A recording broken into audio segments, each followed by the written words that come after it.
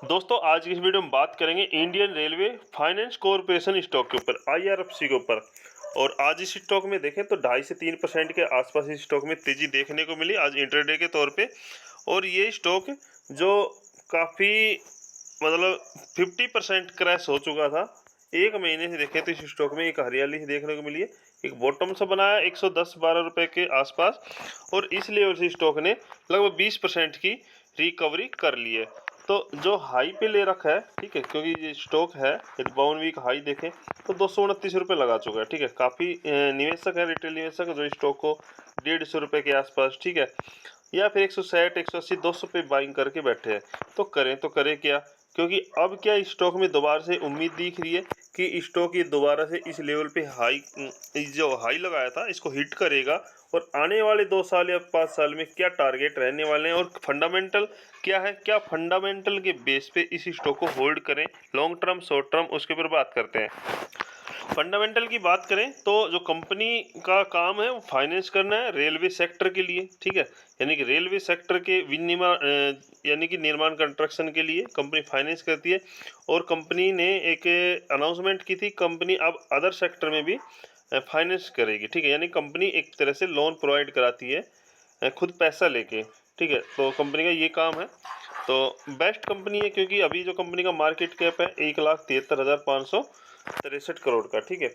और पी की बात करें तो स्टॉक की जो पी है 26 है, ठीक है, लगभग, ठीक है, ये नॉर्मल पी है। 39 की बुक वैल्यू है, 72 की इंटरेस्ट वैल्यू है, और इंडस्ट्रीज पी है जो पी है 24 है, सॉरी 20 है। तो अंडर वैल्यू स्टॉक है, इस लेवल पे डिविडेंड भी लगातार कंपनी डिविडेंड दे रही है, 80 पैसे का, 70 पैसे का, 1 रुपये का लगातार डिविडेंड प्रोवाइड करा रही है कंपनी, ठीक है। रिजर्व कंपनी के पास 38,978 रुपये, और डेप्ट ही है, ये डेप्ट नहीं है सर, ये कंपनी एक तरह से मैंने बताया कि कंपनी लोन प्रोवाइड कराती है, ठीक है, तो पैसा लेती है कंपनी, ठीक है, पैसा लेके बैंक से फिर दूसरे सेक्टर को लोन प्रोवाइड कराती है, ठीक है।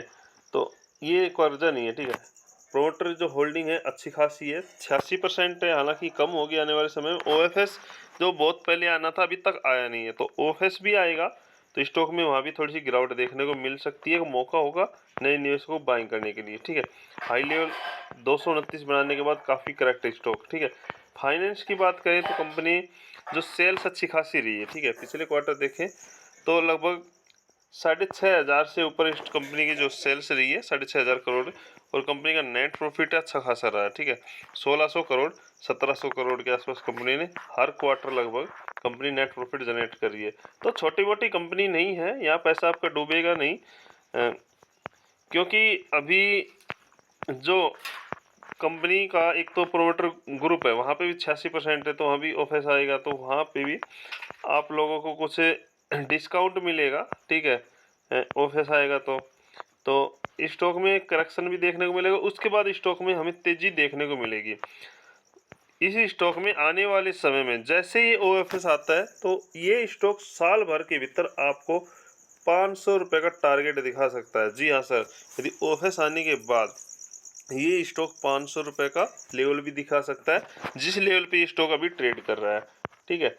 और डीआई का भी, एफआई का भी इस स्टॉक में एंट्री है, तो इस स्टॉक को ओनली होल्ड करो, लॉस देख के जाएगा नहीं, बस अभी थोड़ा मार्केट काफ़ी वोलेटाइल चल रहा है, तो स्टॉक को होल्ड करो।